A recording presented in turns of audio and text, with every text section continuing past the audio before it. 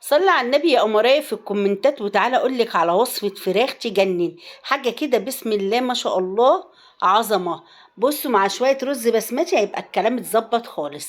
هنعمل خلطة وتتبيلة للفراخ يا جماعة، اللهم بارك. خليكي معايا بس للفيديو للآخر وانتي هتتفرجي على العظمة اللي احنا عملناها النهاردة.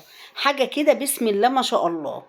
فرخة كبيرة، ولازم الفرخة تكون كبيرة، واتفرجي على الجمال والخلطة اللي هعملها لها مع شوية رز بسمتي بقى كده اهو.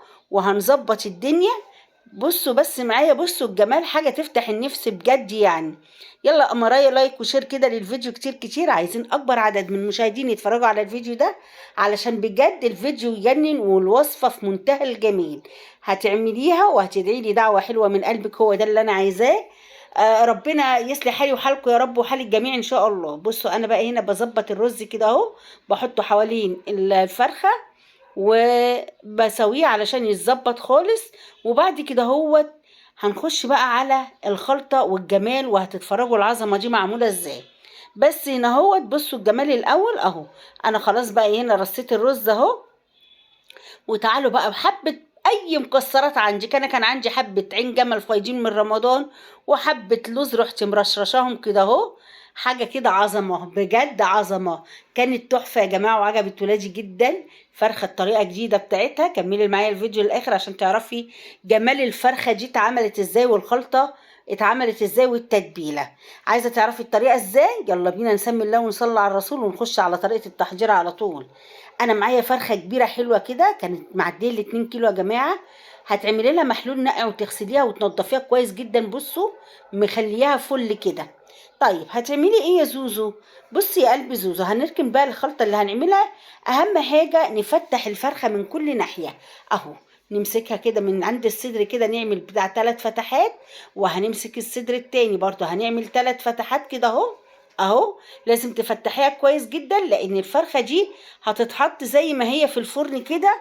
فلازم التتبيله بتاعتها تخش في كل مسامها علشان تستوي كويس جدا اهو. ومن كل ناحيه ونروح مفتحينها كده اهو. يلا يا قمرايه صلي على الرسول في الكومنتات كده. طول ما انت قاعده صلي على الرسول في الكومنتات، وصلي على النبي في قلب البيت كده اهوت. ربنا يجعل ايامنا كلها خير ان شاء الله. اهو بص بقى يا حبيبتي، بفتحها من عند الدبابيس ومن عند الصدر ومن كل حته فيها ومن ورا كده اهوت. انا بس هنا الرقبه بتاعتها نسيت اقطعها بقطعها. وهنا بقى اعملي لها كده كذا فتحه برضو اهو. اهو يا جماعة، علشان تبقى فرختي متفتحة من كل حتة، لاني انا هغرقها بالصوص بتاعها والخلطة الرائعة اللي انا بعملها دي اللي هنعملها مع بعضينا. واتفرجوا على الجمال. هنا بقى الفرخة خلاص انا ايه، فتحتها. هنا بقى جبت يا جماعة طماطم وفلفل الوان وفلفل اخضر وتوم. وانزلي بيهم في قلب الخلاط او كبة ايا كان، وروحي هنضربهم ضربة حلوة جدا. انا ضربتهم وجبتهم بقى في البوله بتاعتي هنا اهو. وبعد ما جبتهم في البوله هتعملي ايه يا زوزو تاني؟ بصوا بقى، هنتبل الاول الخلطه دي وبعد كده نرميها على الفرخه بتاعتنا. نحط، انا كان عندي بقيه البطرمان فيه بتاع معلقتين 3 صلصه كده اهو. نزلت بيهم على الخلطه ديت اللي احنا ضربناها. وكمان هتعملي ايه يا زوزو؟ هبهرها بقى. تنزلي بشويه بهارات عظمه كده. انا بس بقى بشيل بقيه الصلصه اللي في البطرمان. وبعد كده هوت هنروح كيس كاتشب يا جماعة وارميه عليه كمان. اتفرجوا على الجمال بقى. اتفرجوا على الجمال. اعملي بس نفس الخلطة دي واتفرجي على القمر، هتدعي لي دعوة حلوة من قلبك اهو. طيب تعالوا بقى ننزل بشوية بهارات كده علشان يطعموا الفرخة بتاعتنا. معلقة فلفل اسود حلوة كبيرة محترمة كده اهو. وبعد كده هتحطي ايه يا زوزو تاني؟ هحط 7 بهارات. ونحط ربع معلقة كمون. ونحط معلقتين ماجي من اللي هو البودرة السايب. وحبة ملح اهو. وحبة زيت بتاع مثلا 4 معالق زيت كده. وقلبي بقى كل الخلطة الرائعة دي كده اهو في بعض كده اهو. الخلطة دي الصوص بتاعها تحفة يا جماعة. انا عايزة اقول لكم ولادي بقى يغمسوه بالعيش كده، كان تحفة. تحفة تحفة بجد. وبقى يحطوه على الرز، بقى يحطوها على الرز، كان طعمها حلو جدا. خلاص بقى انا اهو هنزل بقى بحبة صوص كده اهوت او خلطة في قلب الفرخة نفسها من جوه ودعكيها. وبعد كده اطلقي بقى الخلطة كده في الفراخ. وفي الفتحات اللي انت مفتحاها دخلي فيها اهو.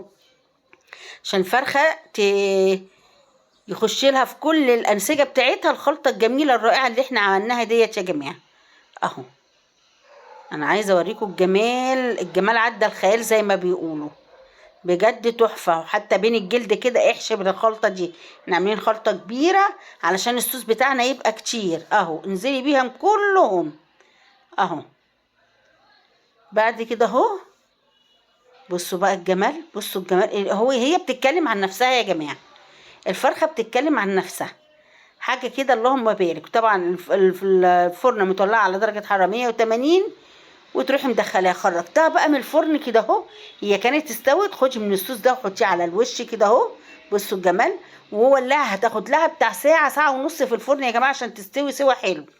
وبعد كده ولعي الشوايه عليها بعد ما حطيتش الصوص ده. وهنا بقى يا جماعه بعد ما خرجت كانت قمر، اللهم بارك، طعم، وكانت مستويه وكانت جميله جميله فعلا. ولادي كانوا عاشقينها وعاشقين الصوص بتاعها يا جماعه، بجد كانت حلوه. ورحت نازله بيها بقى في الصينيه بتاعتي كده، وترصي حواليها بقى رز ابيض، رز بسمتي، ايا كان اللي انت هتعمليه حواليها كده اهو. كان بسم الله ما شاء الله. بصوا الجمال بقى، الجمال عدى الخيال بجد. ما استاهلش منكم لايك وشير. يلا يا قمرايه ما تبخليش عليا. النهارده الخميس اعملي الطريقه ديت لجوزك، واقرب طريق لقلب جوزك معدته، وهتدعي لي دعوه حلوه من قلبك. بجد الطريقه تحفه، اعمليها ومش هتندمي، هتدعي لي دعوه حلوه من قلبك. يلا يا قمرايه قولي لي بتتابعيني منين، علشان ده بيبسطني جدا والله. ولايك وشير للفيديو كتير كتير كتير. ولو جديده معانا في القناه فعلي زر الجرس بتاع زوزو علشان يجيلك كل جديد من زوزو يا قلب زوزو. يلا حبيبتي انت وهي، اوعي تنسيني بالدعاء معاكم. واترككم بقى في رعايه الله وامانه، والسلام عليكم ورحمة الله وبركاته.